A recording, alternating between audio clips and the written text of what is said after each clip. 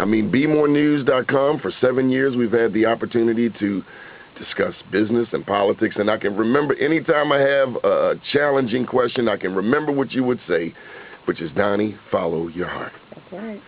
For the beginning, let's see, at the beginning of your career, you were working with the Marion Barry administration. Hello. You've went on to work for the Kurt Schmoke administration, and now you're working for the Diane Bell-McKoy administration. No, now I'm working for the people of Baltimore. It's always been people of the state of Maryland, particularly African Americans, as the president and CEO of Associated Black Charities. Okay, and this Saturday is a marvelous occasion, the annual gala. It is, and the one thing I want people to know about this Saturday and the annual gala is that it's about lifting up people that have made a difference in our community. And this year we're lifting up African American medical professionals, both those that have given back to our community over the years and also emerging leaders in terms of the medical field who are, even as medical students, are giving back now. Okay, and that would be a great segue over to the young man that came in the studio with you, originally from Nigeria? Yes, my dad's from Nigeria, mom's from Cameroon, but I was actually born in Atlanta, Georgia. In Atlanta, Georgia? Come closer to the mic. Yes, but I grew up in Bowie, Maryland, in Prince George's County since the age of 4 and been in the state of Maryland ever since. So. Okay, we say gorgeous Prince George's here. His name is Akeem Oyalawa. Yep, you got that right. Did I do that right? You got that right. Good deal. And you are a medical student? Yes, I'm a second-year medical student, currently the chapter president of the Student National Medical Association.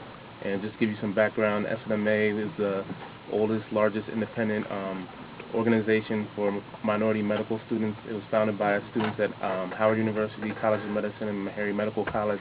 Basically, it's designed to be a support group for minority medical students, and we're also trying to increase the pipeline of youth going into medicine. Okay, now most people know that Howard University is an HBCU, but not everybody is familiar, at least in the Baltimore area, with Meharry. That's in Tennessee? Yes, Meharry's in Tennessee. And it's also yes, also an HBCU. And those two schools started SNMA, and now it's grown into a large independent organization with chapters in pretty much every medical school across the nation.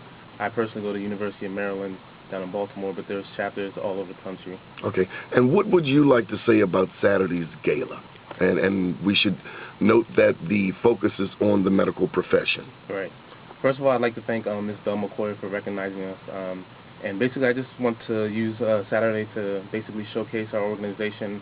One of the things we try to do is, as medical students, we spend all day, every day studying, but it's good if we can peek outside the library and put our heads outside the books and go help out the community. So one of the things we've been trying to do with the School of Medicine is find community service events, ways that we can give back while we're still in the medical school process, and hopefully extend that into our careers. Okay, now tell us the name of the student organization again.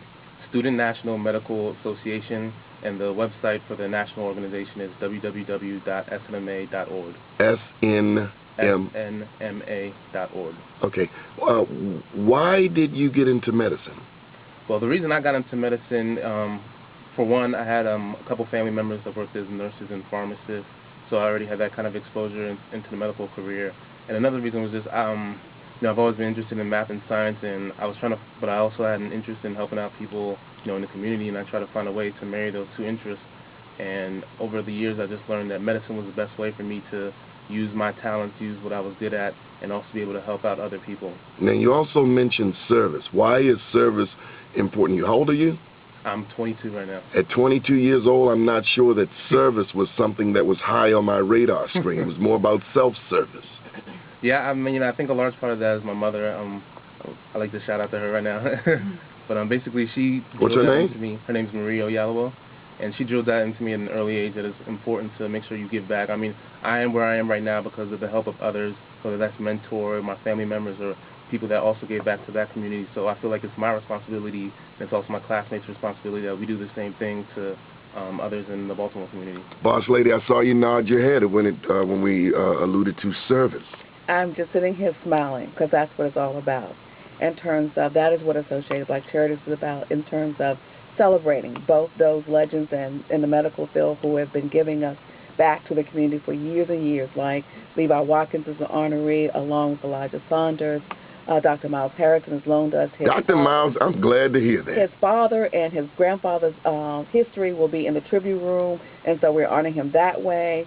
But it is such such a delight to hear this young man in terms of I had the opportunity to attend their event in terms of their closing event celebrating the medical students and to see and hear all that they're trying to do while trying to study and their belief in the importance of giving back. So I just smiled broadly, and we were just honored to lift them up as a nominee, and then they were selected as an awardee in terms of emerging trailblazers in medical field. So I thank him very much and all of them who are making a difference in our communities, and that's what it's about, making a difference in our community.